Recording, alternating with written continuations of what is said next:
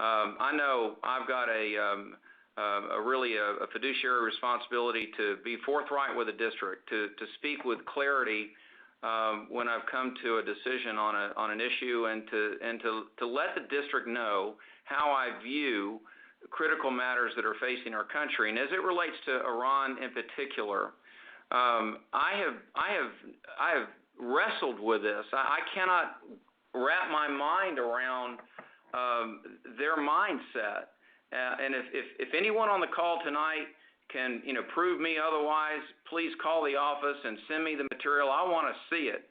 But everything that I read and everything that I hear that comes out of the regime, they hold overwhelmingly. Certainly not every Iranian. I think many of them want peace, especially the younger generation. But the hardliners, the radical Islamic groups, and the leadership itself, which I see as a form of radical Islam, they hold an apocalyptic worldview, and they talk about the destruction of Israel. They talk about, they call for it on a consistent basis. Could we imagine if we had like a vice president of the United States calling for the destruction of literally, someone's in the geographic neighborhood? I mean, that's what we're dealing with here, and I think they follow through with it if at least enough people over there would, if they had that capability. So that's why it falls to a moral imperative. And so, as we say, well, look at how this affects the economies of Europe and the United States and all these things.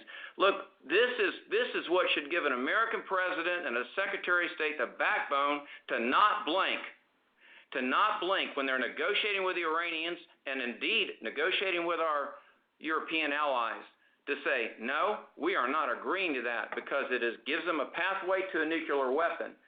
I mean, it just can't happen. That's a country that just can't get a nuclear weapon.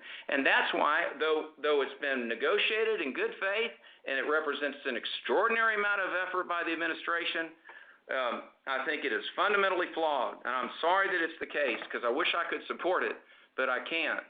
I think the better alternative is to press for more and substantive changes and amend the agreement and bring it back and really get our allies to stand with us and use every form of persuasion that we can to get them to do so.